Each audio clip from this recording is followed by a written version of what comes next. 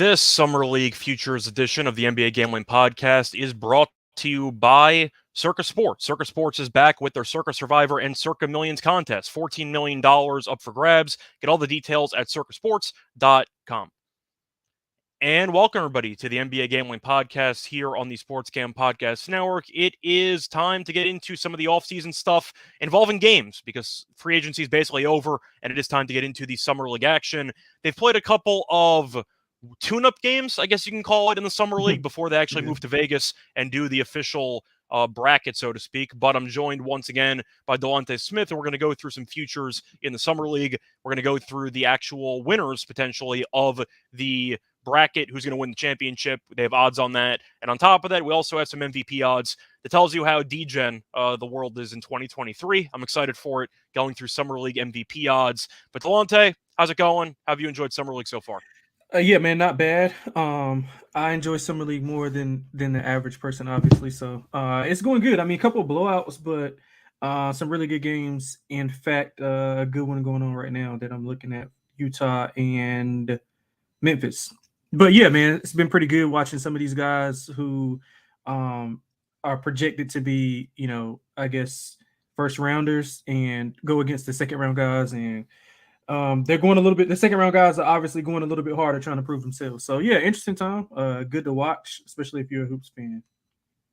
Yeah, I do want to ask you though, before we get into any of the odds, I do want to ask, since there are 4 teams right now that have kind of gotten a head start on the rest of the Summer League, do you think that gives them an advantage or a disadvantage? Because you might see some of the star players, maybe Chet Holmgren or any of these guys who are high draft picks with some injury history, are they more likely to play less games in Vegas because they've played a couple of games in, for example, Utah? Yeah, I think so. I think that's usually how it goes. This is the first year that in Sacramento where it's been 4 teams. So last year there was only 2 teams. So that's a little bit of an adjustment. And what they did was it was 3 games, if I'm not mistaken. And so like today, none of the stars are playing. Like Chet's not playing right now. Neither Jalen is playing. The guys from Memphis aren't playing. Like anybody that's like you said, a second year guy who got decent rotation minutes or like was on a 2-way deal or a high pick in last year's draft. Like a lot of those guys, they played first. Jalen Williams played the first game or 2, if I'm not mistaken, or he played the first game, sat out the last 2. Chet played the first 2 actually, and he's sitting out now. But I think the teams that will be playing in Vegas that haven't played yet, I think it's probably going to be some advantages to play against them in the first half because they just haven't played basketball. I mean, they've practiced, but some of these guys haven't played basketball like 5-on-5 since like March. They've been doing a lot of individual stuff, but 5-on-5, and that's key, especially in this setting. So I think it'll be some opportunities to bet against them in the first half, and then come back on them in the second half or the second day if you get some value on them. Yeah, I kind of feel the same way, but I thought it was worth asking because a couple of teams did get a head start. And one of those teams and one of the main standouts so far in very early Summer League action in the California Classic was Keegan Murray, who went off for 41 points, and he was playing extremely well. So well that he's officially been eliminated from the actual King Summer League roster because they realized, why are we even bothering? He's clearly good enough. He's too good to be here. First of all, does it surprise you he was even there? A little bit, but again, I mean, okay, I can see both sides. I mean, they say people say they don't want these high level picks playing in the first round. I mean, high level picks in the first round playing, or even if you're a lottery pick like Keegan. But again, if he's gonna get hurt, I mean, he can get hurt in a workout or whatever. They want him to improve on some things, so I get it. Why not play and fine tune your game against guys who are literally fighting for their lives to get on a roster or even a spot to go overseas. So I get it from that standpoint. So I was surprised a little that he played as much as he did, but not so much surprised that he actually played. But because Giddey played last year in it, who else played last year that I was really surprised that played? I know Giddey was one of the ones that played a lot. I think Cam Thomas played again last year. Cam Thomas actually did play. Yeah, so it was a couple of guys that played who it always happens. So I mean, I'm just happy that guys actually want to play basketball. Now the length that they play, I mean, is up to them. But yeah, I don't look forward to I don't look forward to seeing any of the higher picks, like play the full length of Summer League, but they'll get in a game or two, get their feet wet, get some competition going, and then they'll probably shut it down. Yeah, I'm trying to think of other standouts that are worth talking about. Lester Quinones has been very good Yeah, he's for good. Golden State. He's had back-to-back 20-point games. He's good. Branham and Champagny have been ridiculous for San Antonio. They combined for 60 points in that win against the Lakers. Finished the California Classic 2-0. I know Wemby people are still kind of waiting for, and maybe we'll talk about that with the odds, but do you think Branham and Champagny actually make it to the end of Summer League, or do they just get dealt exemption because clearly they're too good to be here? Yeah, I don't think they'll make it. Maybe a game or two. Like I said, I think that all the high priority guys that you just named off, and some of the other guys who were drafted pretty early, And just Trey the game. Man. Forgot to mention Trey Man. Yeah, Trey Man. Yeah, those guys. I think they'll play a game or two and they'll sit down. I don't think it'll be much of a full length thing. I mean, because at the end of the day, you just kind of want to get their juices flowing, get them in some healthy competition, and get them out. You don't want to further anything, especially seeing what happened with like guys like Chet. He's played his 2 games. Had to hold your breath a couple times. He's fallen on the floor, but he looked pretty. Yeah, he looked good. He looked real good. I mean, especially not after not playing for like a year and a half. So give or take. Yeah, so I think they'll end up playing a game or two, which is, I know we'll get into it with the odds, but that's another reason why you don't want to take any of these short shots, any of these guys that are high priority to finish out Summer League, unless you're reading a report about a certain somebody who I got at a nice number that we'll talk about later. Yeah, before we actually get into any of the official future prices, just one more thing. What have been your first couple of takeaways, maybe from team perspective or player perspective, with regard to the early Summer League action? I kind of rattled off some of the big performers who have played very well.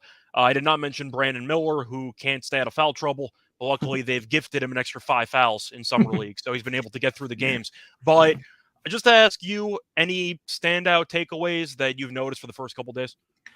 I mean, just guys being rusty. I mean, it's just that was to be expected by me. I mean, if you watch Summer League in depth, you'll see that these guys, they're just thrown together on a team. I mean, it's basically like pickup basketball. They've had a couple of practices together, but again, some of these guys were doing media stuff, especially the lottery picks, so they haven't really played any live action at all.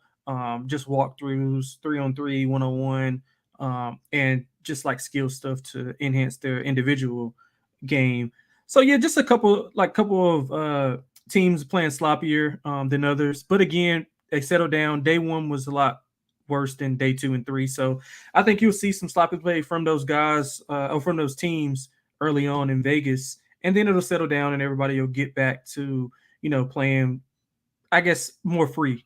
So I mean, outside of that, the play, I mean, you mentioned Miller. I think he's like, if you were in the Scoop gang, you were clapping your hands. If you don't like Miller, you're just letting the tweets fly. But if you are a fan of Miller like me, then you got to kind of be on the back end and hope that he can put it together in Vegas. Well, but yeah, it's a pretty simple way to look at it. If you're anti a player and they play badly, then you brag about being right during Summer League. Absolutely. If you're a pro player and they're struggling, then you say it's Summer League and it doesn't matter. So there's a couple ways to handle it. Right, unless you got 2 guys that you have right, but in that specific order. So now you don't know which one to pick.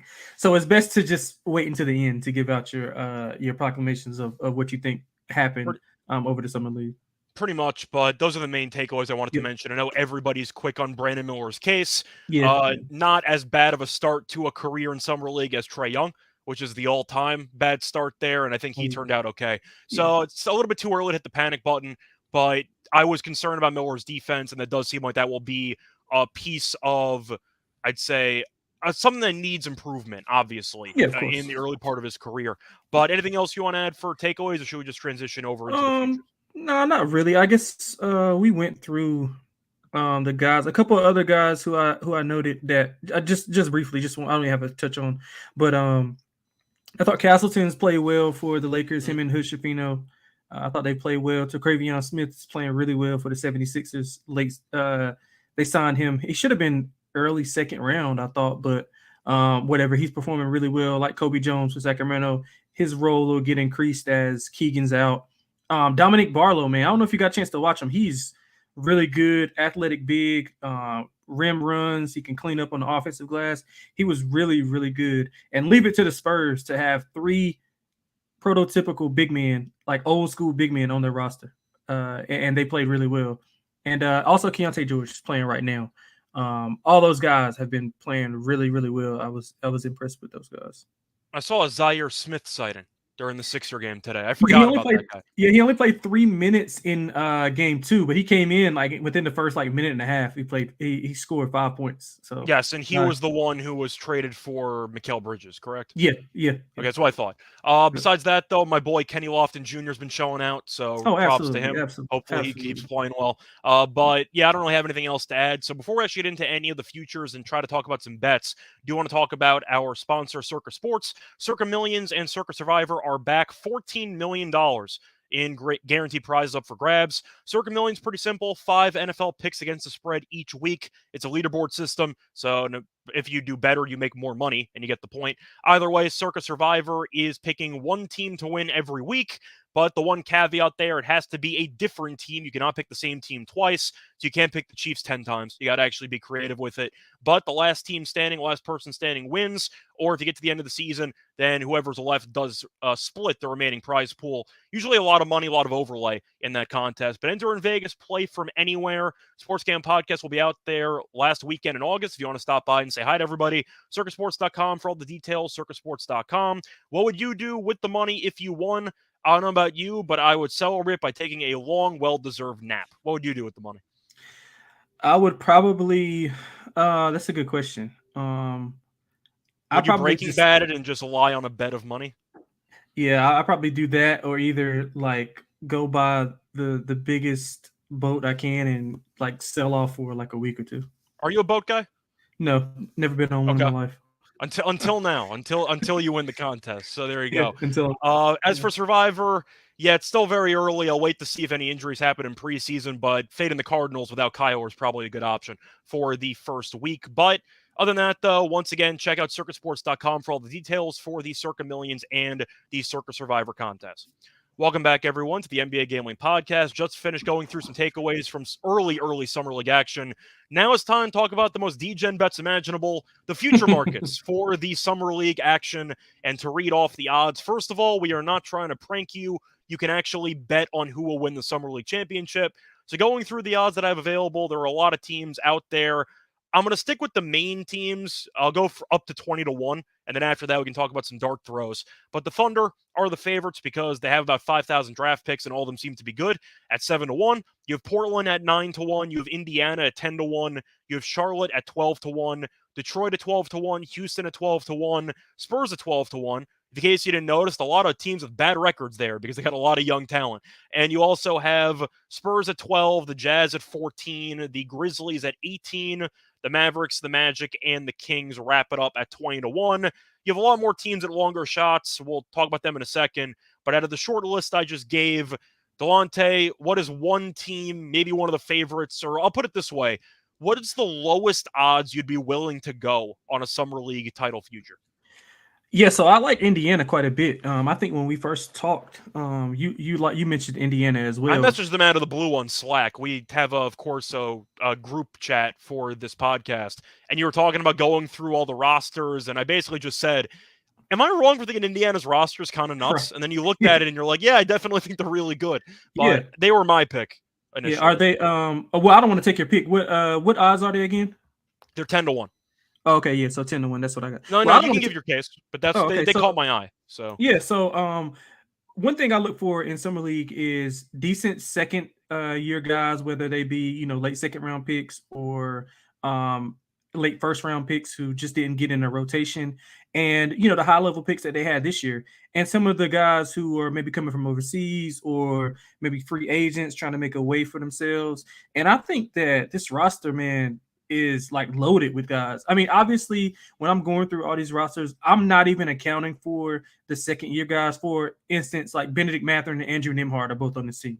They're not going to play extensive minutes because they were rotational guys in the Indiana Pacers rotation for the regular season. So they're not obviously going to be in for the long run. But when you look at the rest of the roster, man, I mean, they got Kendall Brown, who's probably going to play a ton of minutes, really athletic out of Baylor. He was the number 48 pick in the 2022 draft. You got Isaiah Wong from Miami, who can basically heat up and score at any given moment.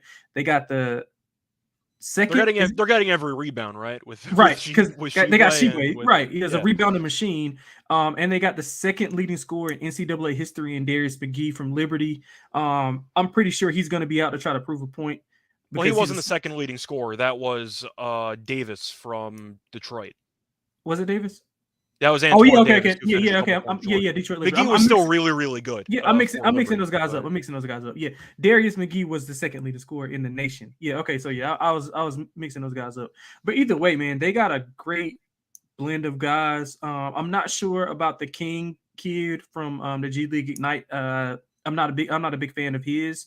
But again, Jarris Walker, what you're gonna get with the first few games within Benedict and Andrew Nembhard, I think they're going to bring a veteran group to be able to get those guys through it. I really want to see what Ben Shepherd does. I was reading and hearing about some stuff from him in pre-draft process that he was really killing it in 5-on-5s. And I mean, he obviously can shoot the ball from Belmont, was the number 26 pick in this draft. So I'm interested to see how he looks. But all in all, man, they even got Isaiah Jackson out there, who's the number 22 pick in the 2021 draft. And that's a big who also can stretch the floor and rebound. So, man, they got it all. 10-1, I think it's worth a shot as far as a lower end price. Yeah, you mentioned Jackson. I like him as a player. I'm not sure how much he's going to play because he was kind of a rotation guy there for Indiana. Yeah. But they also ended up getting Walker, who kind of plays the power forward spot. They still have Miles Turner. They got Sheboy, too. It's a little bit clogged. Jalen Smith also, I think. Yeah, Jalen Smith, too. It's a little bit clogged. So I am kind of wondering if Jackson will get a decent amount of run because they have a lot of potential power forwards that might be fighting for rotation minutes. So it might be kind of a tryout to actually get into the rotation for the regular season from the power forward spot. But I like the young talent they have. I thought Ethan Thompson was pretty good in college. Oregon State, I believe. I thought he was pretty solid. But I think that he can play well. Long, I liked at Miami. McGee's very, very undersized, but he was a great scorer in college. So I am kind of wondering how that's going to translate, but I know he has talent. Sheboy is a monster on the boards who should do well in Summer League. And they just have a lot of guys. I just think that when you're looking at this roster, I don't really see a weak link. I guess the argument would be the backcourt if Mathurin and Nembhard end up getting scrapped halfway through the Summer League because they're too good. You can make an argument maybe that the backcourt could use some work, which would be an issue. But for the most part, I do like the overall makeup of the roster from top to bottom, which is why I thought they had some value at 10-1. And they also, one thing I'm looking for Summer League, which is going to sound kind of counterintuitive, I'm looking for good players, but not great players, because great players won't live to be around for the end of Summer League. Like, you want players who are going to contribute without getting promoted, and being scratched from Summer League is a promotion, because that means you're good enough to actually make the roster. So San Antonio is a team I wanted to briefly mention, because they're looking at the odds, and they're 12-1. And you're thinking, well, they got Wemby. I just bragged about Branham and Champagny and how good they're playing. They have a lot of young prospects. I don't really like the Spurs in Summer League because I don't know how many of those three guys, if any, are going to actually play after the first 2 days pre-bracket and the warm-up games in Summer League. Branham and Champagny are clearly too good to be there, and Wemby might play one game because what's the point? He's supposed to be the next face of the league, a generational unicorn. So the Spurs I'm out on, but that's why I like Indiana, because Indiana's got some players who, once again, could get scratched later on. But as a whole, they have a lot of guys who I think are solid, but not good enough to be given the rest of the summer off. Yeah, I couldn't agree more. It's something going on with the Spurs and Wembanyama. Like, I don't know what's going on, because I think security slapped Britney Spears. No, not that, but with the odds. So do we know that's an all-time story, by the way? Yeah, it is. That's definitely an all-time story. Yeah. If you didn't know, Wembanyama was chilling, I guess, in Vegas because they're there for Summer League, and Britney Spears walked up to him, and I don't remember if she poked him on the back or whatever. Well, he released something and said that she grabbed him. She grabbed him or what? I don't know, but it's Britney Spears, like famous, all-time famous person. And I guess security didn't recognize her, and just straight up slapped her in the face, and now there's a whole assault type of situation going on. What a bizarre story for Summer League, Right. but yeah, I just wanted to mention that. I found that story fascinating. First encounter in Vegas is your security guard slapping Britney Spears. Pretty much. Yeah. But yeah, so the Spurs are interesting. They had a bet up, or with the odds up on DraftKings that I was telling you about earlier. It was the field at plus 900, and then Wembanyama was the MVP at like plus 800, which was absurd because he's only going to play like a game or two. Yeah, he's not winning MVP. Right, and then they had him at plus like 11-1, and then they had Brandon Miller at 10-1. So it's all kind of things going on, and now they took it down and put it back up. So who knows what's going on with that? But I do agree with you with the Spurs. I honestly like the Spurs roster even without Wembanyama, Champagnie, and Malachi Branham, because I think Blake Wesley is going to get a lot of run. He was a high pick in 2020. He was good at Notre Dame. Yeah, he was pretty good, but he tore something. I think maybe a ligament in his knee, and he missed the whole season. So I think they're going to get him some run to get him back comfortable because he missed most of last year. Outside of that, like I said, I like their three bigs that they have. They got Barlow down low, also Bediako from Alabama, who's really, really good on the block, athletic. I forgot the other guy's name is escaping me, but they rotate those three in, so they're going to get rebounds. They dominated the Lakers on the glass last night, so that's going to be interesting to see. And I also like I'm blanking on his name, the point guard that they had. I'm blanking on his name, but he was pretty good also at orchestrating the offense. But yeah, I think the Spurs are good value after they get rid of Champagnie, Branham, and Wemby. I think you'll be able to bet them on a game-to-game basis. But futures-wise, not really worth it to play them right now because they're just obviously priced in for the Wemby effect. Yeah, I was going to say, if Wemby and Branham and Champagnie are all scrapped, then you might get much better odds mid-tournament at like 30-1. So I wouldn't take him now. I don't see much value there. Any other teams you want to talk about? Maybe a team that you've seen before? Because at first glance, I'll tell you one team I'm not taking. I'm not taking Charlotte. I'll tell you that much. Charlotte looks like a mess. I'm not going to bother with Charlotte. It's crazy. I was higher on them coming in, but yeah, they didn't. Have you pivoted completely, or you think it's still too early? Because they do not look good whatsoever. Yeah, they didn't look good, but you know who did look good was Nick Smith Jr. and Amari Bailey. They both look good. So I mean, I'm not all the way out on them. I kind of want to. Maybe they're saving it for. I'm all the way out on the price point. I just think that's the price. Low. Yeah, the price is outrageous. Yeah, now I needed at least 20 to get there with them.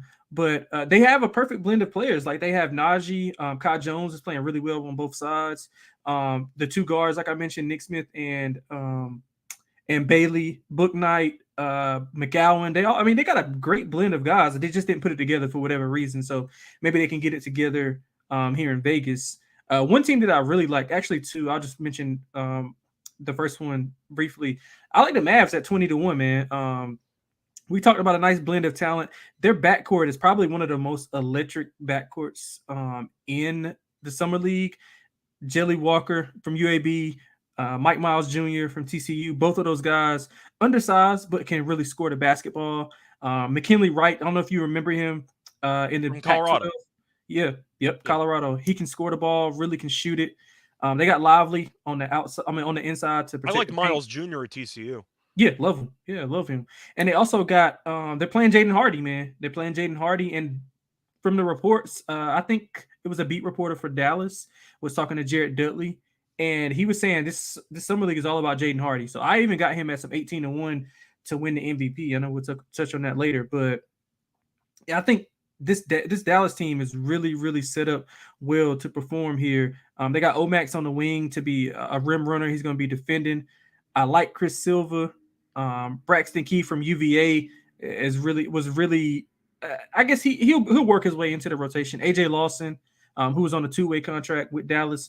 So I think this roster, man, has the ability to win it all if they can put it together, especially with that backcourt. We mentioned the backcourt struggles of Indiana, but I think this backcourt, along with a couple other guys, like they got three guys that can really score, or four if you count Hardy as I guess he's a combo guard. So four guards that can really score the ball. So I like them a lot, especially with the interior Derek Lively. He's going to clean up everything on the glass. So I like Dallas at 20-1, man. I'm trying to think of any long shots that I like. I'm a fan of Dallas too if Hardy does get a lot of run. So I think there is some value there. I think if I'm actually looking at who I think can make a somewhat deep run here, I might go based on some historical success. I kind of like Sacramento at their current price at 20-1. The roster itself, I think, is fine. It's a lot of guys who, once again, you're looking at who are solid, but not good enough to be promoted midway through the summer league. We saw that Keegan Murray was too good, so he's not even going to play a game there. Right. But you look at the overall roster, it's a lot of G League guys who are from the Kings G League system, so they're pretty familiar with the roster. But they have some good pieces. You're looking at the young core. You mentioned Kobe Jones before. He's been solid. Kobe Jones. Yeah, he's been good. But looking through, they got Jordan Ford, who I still like. Pretty short guard, but I liked him at St. Mary's, right? I thought he was pretty solid in college. I was always a Mike Down guy from South Dakota State. Oh, man, he can shoot it. He can shoot it. Big fan of Down. I always liked him. He can shoot it. Kessler Edwards, I watched for Brooklyn. He wasn't good enough for the NBA, but for Summer League, he should be fine. They got I'm not sure he's going to play that much either. Yeah. They got Bohm from Xavier, who I think is pretty good. The point is, though, when you look at the history of the Summer League, the Kings have actually done quite well. They won the title in 2021 and in 2014.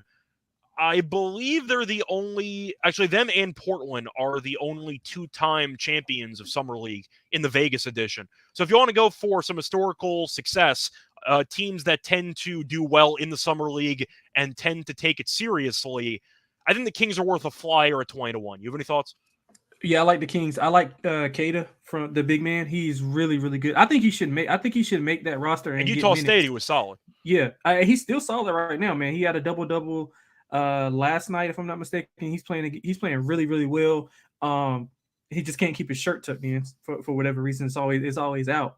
But yeah, I think that's a good bet. They got strong guard play. They got Solly Boom from Xavier also, so they got that backcourt going with him and Kobe Jones playing together, reunited. Yeah, I like everything about Sacramento. They just, if Kessler Edwards is there, then they do have a wing, but that's the only thing that I was worried about. Their wing depth is kind of thin, and as we know, wings win in the NBA, so that's the only concern I have. But at 20-1, it's worth a shot, especially if you can get some high level play from Kessler Edwards, he's cracked the rotation of several NBA teams. He played for the Kings, and then you mentioned he played for the Nets also. So, yeah, I think it's a good value bet right there. I was trying to think of any other teams I might have been interested by. I thought about a super long shot with Toronto at 66-1. I'm not sure if Toronto's actually good enough, though. Yeah, I don't think so. I don't think so, but they have a couple of pieces that I find What about Denver 35-1? I like Denver's team. It was kind of just Toronto I thought about because I like Norwell at Kansas State, but he's extremely undersized. Moses Brown, I think, is a really good Summer League player. Ron Harper Jr. could be good at Summer League. I liked him at Rutgers. But once again, that was kind of like a super long shot there that I don't think is actually going to win, but I tried to convince myself into it. You said Denver was a team that you were interested in? Yeah, I love Denver. I bet them at 35-1. If you think about it, Jalen Pickett is the perfect point guard for this system. He's got shooters around him. He's got Strother around him, Hunter Tyson. And Gillespie if he's healthy. Yeah, I think Gillespie's playing, and I think he'll be a big contributor to that backcourt. So they got Strother who can shoot it, Tyson can shoot it, Peyton Watson can shoot it. He's a second-year guy who didn't get as many minutes, so he's gonna be in there. They got the big man Grant Golden. You remember Grant Golden? Of course, from Richmond. Yeah, man. Yeah, so he's good. He was the lumberjack guy. Yep. They got a 3-and-D guy from Virginia, Armand Franklin, who can play both ways. He can shoot. I haven't seen the name Cassius Stanley in so long. I forgot that he was even around. Yeah, that's a blast from the past. Yeah, he's there. And then, like I said, I like Armand Franklin a lot. Andrew Funk, who played with Pickett at Penn State, can really shoot the ball. So I think they're loaded with shooters. If they get in the right matchup, man, I'm not sure anybody can match up with them if they're hitting their shots. And Pickett's you've seen Pickett play. He's gonna spread the ball around. He's gonna shoot a lot of threes. He's gonna post you up from free throw line to free throw line, and old school, real Mark Jackson vibes with Jalen Pickett. But I think it's worth a shot. 35-1 with the upside that they have to shoot. I mean, all it takes it's not many games. All it takes is a couple games. You get hot, Strother, Tyson, they get hot and start shooting the cover off the ball. Funk can shoot it also, and Gillespie, veteran. He's on the two-way, so he has some experience. Peyton Watson, who I think is going to step in and fulfill some of that Bruce Brown role for them. Surprised Christian Braun's not out here? Not really, because they won a title and he played some big minutes in the finals. So You make an argument he could have been, but no, I think he's pretty safe. But Yeah. Denver, I don't mind at 35-1. They do have some good pieces. I don't want to sound xenophobic here, but the problem I have with some teams, they have a decent amount of players from Europe who I just don't know anything about, full disclosure. So if you're going to be giving some key minutes or if you're going to give some rotation spots to some players who played overseas, there's risk involved because, once again, I follow a lot of sports. I don't follow enough European basketball, so I can't tell you how good Taz Sherman's going to be. I can't tell you anything about Mark. Taz Sherman was at he played at West Virginia. I remember in West Virginia, but I'm saying I don't know if he's developed much while he was overseas. He's pretty much from Germany. There's a couple of players, the Spurs are the same way. A lot of Europeans, and I, truth be told, don't know much about them and how they played in other leagues. So I can't really use any opinions about them besides what I saw from them in college 3-4 years ago, which doesn't really apply. But that's kind of the one problem I run into with some summer league stuff is just the players from foreign countries and foreign leagues who I really just don't know much about. Yeah, that's fair. That's fair.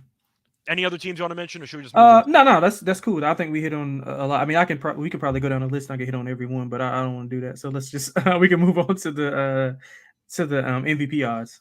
Yeah, so to go through the MVP odds, before we get into that, though, I do want to talk about our other sponsor, Underdog Fantasy. We're brought to you by Underdog Fantasy, and they have the Best Ball Mania 4, which is a very, very fun contest because Underdog Fantasy is giving away $15 million in prizes. Underdog Pick'em is also a great way to get down on your favorite MLB and NFL season player props. So many ways to win over Underdog, and Underdog is available in so many states. Head over to UnderdogFantasy.com and use the promo code SGPN for a 100% deposit bonus up to $100. It's UnderdogFantasy.com, promo code SGPN. Welcome back, everyone, to the NBA Gambling Podcast. Just finished previewing the outrights on who we think potentially could win the entire Summer League. Now it's time to actually get into the MVP, which is extremely dangerous because you might pick a player who only plays 2 games, and he's too good, and then you end up losing your bet because he got promoted and didn't actually make it to the end of the Summer League slate. But to ask you this, Lonte, you have the list in front of you. Yep. Do you want to just read off some names and we'll go from there? Yeah, I'll read off some probably up into, let's see, I think like some you could probably get up to 22-1. So I got Brandon Miller is the shortest shot. He's at 10-1. Amin Thompson, Chet, Victor Wembanyama, Scoot are all 11-1. Asar Thompson is 12-1. Trey Mann is 13-1. Cam Whitmore 16-1. Jarris Walker 18. Jaden Hardy 18. Champagny 18, Kaysen Wallace. Well, actually, I think it's Kasan Wallace. I don't know how he pronounces it. I've heard people pronounce it a different way. I've just been calling him Kaysen. Kaysen's 22. Anthony Black is 22. Hendricks is 22.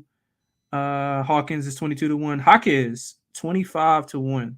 And your boy Kenny Lofton 30-1. Okay, so I want to ask you this just so we are clear here. You're not picking a rookie to win the MVP, right? Like you mean like a high level pick? No, I'm marked off half of the list. Miller, I marked off. Chet marked off. Wemby, Scoot, Trey Mann is probably not going to play a lot. That's 5. Champagny 6. Kaysen Wallace, Hendricks. They haven't played in Salt Lake City, so I'm not sure what their deal is or if they're waiting to go to Vegas or whatever. So those are 8 guys right there off of a list. So I mean, that's just being logical. They're not going to play that many games. I mean, obviously, the less games they play, the more value you have on the other guys. So I think it's a pretty short list of guys who can make an impact. The hard part is you got to figure out who's going to win so they can get MVP. So I would say that's the hardest part. Yeah, just to ask you a quick trivia question. Do you know the last top 10 pick to be named Summer League MVP? Last top 10 pick, Summer League MVP. No, I don't. That's a good question. The answer is Alonzo Ball in 2017. Really? Yeah. I thought they shut him down. 2018 was Josh Hart. 2019 was Brandon Clark. 2021, because COVID wiped out 2020, Davion Mitchell and Cam Thomas, they had co-MVPs, and last year was Keegan Murray. So I guess Keegan Murray actually is technically the right answer. And actually, Mitchell was top 10, but that was a co-MVP situation, which was kind of weird. Yeah. But the point is, I was at the Lonzo Yeah. summer league. I Off shouldn't the have said jump ball, top he 10. threw it. I should have said top 5. I should have Yeah, said top 5. He was the last yeah, top 5 guy yeah. to Okay, win yeah. MVP, Off the Summer jump League ball, MVP. he threw the lob to Brandon Miller. I mean to Brandon Ingram. Yeah, and Ingram got injured. So he Yep, shut him sabotaged down. Ingram to Yeah, win shut Summer him League down. MVP. Shut him But down. Yeah. yeah, I just wanted to point that out because I do think when you're looking at the history of the Summer League MVPs, you don't typically see a top 3 pick guy who is able to play all the games, first of all. And there's going to be some growing pains, and you're going to see that happen. I don't mind taking somebody who's been in the G League or somebody who has a lot of experience Yeah. playing against some Yeah. of these bottom competition. So you mentioned my guy last. I don't know if I want to start off with him, but I'm going to bring it up. Kenny Lofton Jr. at 30-1. He won Hey, it's G a League good bet, MVP, man. right? It's a good bet, man. I like Didn't he win? Memphis' He team won too. G League MVP though, right? Did he? Yeah, I A think he couple did. years ago, I think. I think he did. Yeah. So I know what he's capable of, and I know that he played some games for Memphis last year, was pretty solid, some spot bench appearances, but I like the value of 30-1. He's going to give it all he's got, and he's a real matchup problem because I don't want to compare him to Barkley, but based on Nah. stature and size, you get my point, you know? He's probably the size of a defensive Glenn tackle. Dave, And like big baby Glenn Davis. Like, I'm trying to think of a good comp here. man, he's huge, but he's got great lift though. Like he's Yeah. got like I seen him dunk one dribble dunk in the paint in like game 1. So 30-1, I think that's worth a flyer. That's all I'm yeah, saying. and the thing about that is Memphis has a good team. Laravia might not make it through. I didn't see him on this list, but if he was, he would have been one of my he would have been one of my bets. Let me make sure I don't see him up here. I'm pretty sure I he's saw not. he was listed, but he was pretty good in his opener, so I'm not sure if he's actually going to make it through anyway. Yeah, I'm not sure he is either. But well, you said you were considering Hardy, so that's yeah, one name you threw out there. Yeah, I am. I'm considering him because I was reading some stuff and they want to center their basically their summer league team around Hardy. So that means he's going to be the go-to guy. He's going to get all the shots. And I think Dallas has a shot to win it. I mean, I went over it earlier. I think they got the roster made up of the right pieces. They got the interior. They got the guards. I mean, a little bit questionable with size of their guards, but I think their guards can score. They're going to get out. They're going to run.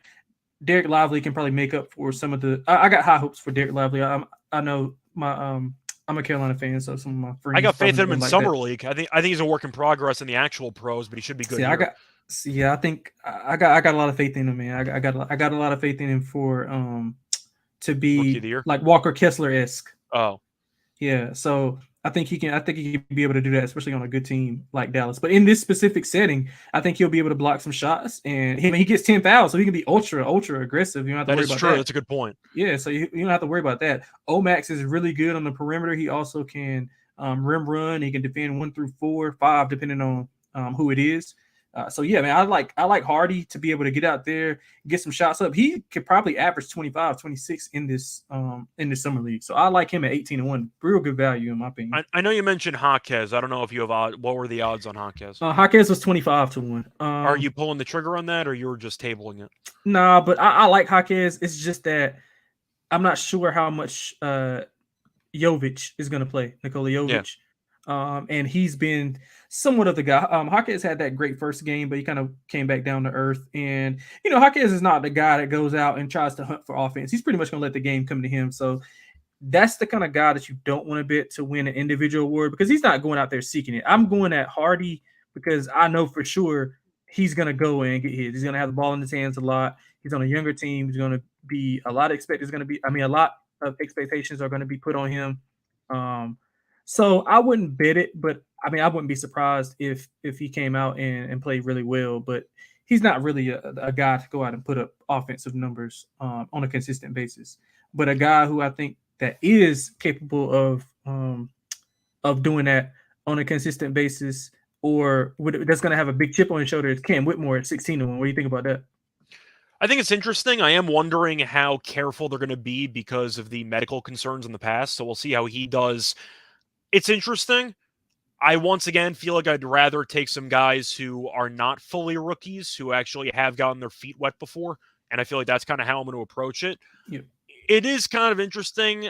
One guy, I don't think this team's going to be that good, but it was a super long shot who was kind of an embarrassment, and people were calling him a bust immediately, and he was barely an impact player. I just want to ask, because I'm kind of throwing out names here, any thoughts on Johnny Davis with the Wizards? one thing, I just don't know if they're going to be good enough for him to get it. I get it. I saw Cam But Thomas win, though, with the Nets, and the Nets were not good. Cam Thomas just carried them. I know Johnny Davis he's got that ability, though. He's got that ability. He's a top 10 pick. He was better as the season went on, but it's kind of the point where he was one of those guys that I look for who, even though he was a top 10 pick and he did make the roster at the end of the year, people called him a bust for 6 months. Yeah. He's got a chip on his shoulder, and I know that he's definitely capable in this setting of putting together some good performances. Can I see him having a Cam Thomas performance where he carries a bad team to the quarters or the semis and he averages 25 points per game? Mm-hmm. I can see it. I'm just throwing it out there. I think Davis could be in line for a pretty good summer league. He doesn't have to be good in the regular league, but for summer league, I think it's a decent spot to buy low on a top 10 pick. Yeah, I mean, I like Johnny Davis, but he just was in the wrong situation with Washington. He played, like you said, he played a lot better at the end of the year. I was cashing his points prop and threes prop over. Do you think Washington would bench him at some point? Because I'm not sure they would. Yeah, I'm not sure. They probably want to get him run. Like you said, he didn't play as much, and they were probably in tank mode anyway. But again, I think he'll be an intricate part of what they do or what they want to do in the future. Because I mean, if you spend a high pick, or if you spend that high of a pick on him, I mean, you will kind of want to see how he pans out with your key guys. So I think he gets a shot this year. There is a shot he shuts down, but I think he can make it all the way through. They'll pair him up with Koulibaly, and maybe that could be your pretend backcourt of the future. Once again, I'm not sure Davis is going to pan out in the NBA, but this isn't really the NBA. It's Summer League, and you're going to give me a top 10 pick with something to prove in a Summer League setting. I don't know if you have odds on him. It might be way up there for Johnny Davis. Johnny Davis? If it's anything north of 50, I think it's worth a flyer. Where is Johnny Davis? You can probably command F it. You might find it. Yeah, let's see if I can do that. It might not even be listed. I don't think he is, bro. I don't think he is. Wow. I saw the name and I thought it was appealing. No, he's not, bro. Antoine Davis is actually listed before him. The only two Davises is Trace and then Antoine. That's it. Nobody else. Okay. Either way, I thought Johnny Davis, if you can find odds on it, it means it's going to be high up there because it doesn't exist. So I think Davis might be worth a flyer there for a very, very good player who carries a bad team to a decent showing for a Cam Thomas level MVP. Yeah, I agree. You have any other players you want to mention? That was my super long shot in the weeds. So yeah, I don't know if you have any. I don't have a. Well, I guess I could have a super long shot. It's two guys who I think that could excel in this type of setting. And it's Imani Bates and Jet Howard. I think Jet Howard's going to have a chip on his shoulder. I've been reading all this stuff about he was drafted too high. Enough though. Yeah, I think he will because Anthony Black can't shoot, so he'll probably be more in the. I'm saying for ball handling though, is Howard going to actually be a primary ball handler, or is he mostly going to be a shooter on the wings? No, I think he'll be handling the ball because if I'm not mistaken, Caleb Houston's on this roster, and he'll be probably one of those guys. Yeah, he'll be one of those guys who spots up and shoot. Jet he's a combo guard, good size. He got a good NBA size. He got good range. I think him and Black will work well together. I'm interested to see how Orlando plays it. Those are one of my sleeper. That's one of my sleeper teams, also Orlando. But I think Jet is going to be really good in this setting. He's a good one-on-one player. Now he's not going to pass the ball a ton, but you don't need to in this kind of setting. And Imani Bates, I mean, we all know one of the most highly recruited guys, reclassified, had some legal troubles, wasn't good at Memphis, went to Eastern Michigan. I don't think he was that good at Eastern Michigan either, but he was he wasn't. I guess. He wasn't. But, the talent is there for him to perform. And like I said, I mean, he's a one-on-one player. He's going to get up a lot of shots. Cleveland's summer league team is not like loaded with guys who are going to blow you away. So maybe they give him the keys. They're 45-1 to win the summer league. So Cleveland's expected to just throw a bunch of guys together and we'll see what happens, kind of thing. Yep. So those are the two guys that I would take long shots on, just in this kind of setting. All right. Anything else you want to talk about, or should we wrap it up? Nah, man, we can wrap it up. That's it. All right. Sounds good. Hopefully you enjoyed the Summer League Futures episode. We should be doing some episodes for actual Summer League games, but it's so difficult to find odds at the right time to actually give out for the games. So we're going to play it by ear. We're going to try if we can. No promises, though, once again, because they post odds even hours before the game. So I'm not sure how likely it is we're going to actually have Summer League odds. We're going to try. Either way, though, we had an opportunity to give out some futures. So hopefully we end up hitting some bets, and hopefully some of you tail us, and we all make money that we can spend on the Circa contest. But anyway, find me on Twitter at Rice Show Radio. You can find him. Tell them where they can find you. Yeah, I'm at XX Lonte XX. If you want some more Summer League degenerate stuff, I'll be probably tweeting out a bunch of stuff on the games. And once the field gets limited and it's like elimination rounds, that's when they'll be more strict with the lines. But I think the first two games aren't really first game or two. I don't think they count towards anything. I think when it gets into the weekend, further into the weekend, that's when they start eliminating teams. So that's when they'll get a little bit more serious, I think. I haven't actually bet on Summer League in a couple of years, but I do remember a couple years ago, I want to say it was like 2018 or 2019. I was on the ultimate heater in Summer League. I was giving out YouTube picks on Summer League action. I went like 9-0 or so. I was on fire in the Summer League, and then I just haven't gone back to it since.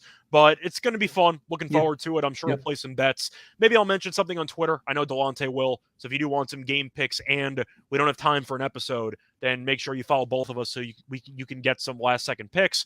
Other than that, though, until next time, good luck to all of you and all of your bets. Bye, everyone.